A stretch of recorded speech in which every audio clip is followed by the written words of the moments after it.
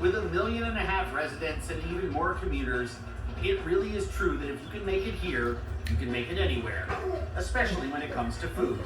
One dish that's been a Manhattan legend since the 19th century is the mutton chop, a hearty cut of sheep loin served on the bone at Keen's Steakhouse, a landmark for the last 130 years. When you walk into Keen's, you really feel like you're eating a part of history.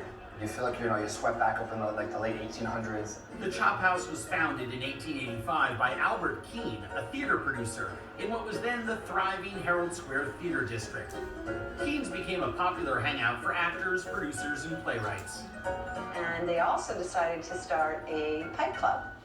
Keen's Pipe Club hosted many celebrated patrons, including Theodore Roosevelt, Babe Ruth, and Buffalo Bill. Over 90,000 pipes adorned the ceilings of the dining room. The pipe warden would bring the pipe to the table with Keen's tobacco, and you would smoke your pipe. General Manager Bonnie Jenkins is proud that you can still devour a piece of Manhattan history here. In fact, in 1935, we sold our millionth mutton chop. Now we're guessing we're at about 5 million. Mutton refers to the meat of a sheep at least 1 year old. Now, mutton fell out of favor during World War II when canned rations of tough mutton turned off many American GIs. And so when the soldiers came back from the war, they said to their wives, no more mutton. Mutton never went out of style at Keen's. They know the tricks to making it delicious, like hanging the animals in their dry aging room and using very young mutton to avoid the barnyard flavor. Chef Bill Rogers carves 3 26-ounce chops from each full loin. These are my trim pieces or scraps, and instead of throwing them in the garbage, I'm going to use them for my sauce. The tenderloin and loins get wrapped with the belly flaps.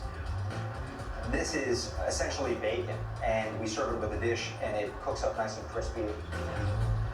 Oil and a dash of kosher salt is all the mutton needs before it's browned under the broiler.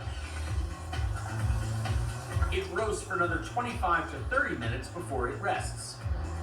The heat drives the juices, the blood, into the center, and you need to let the meat cool down a little bit so that those juices redistribute back out to the edge of the meat. A light jus made from the mutton scraps is napped over the meat. It's perfect. It's the fat on the outside is very chewy, but as you work your way into the bone, the texture just becomes softer and more rich. It's nice and crispy on each side. The inside is super moist. The presentation is just, old school, nice kind of Flintstone style, big slab of meat. I can literally be sitting here in the 1920s and I feel like it would look exactly the same as it does now. I love that. That doesn't exist anywhere else in New York.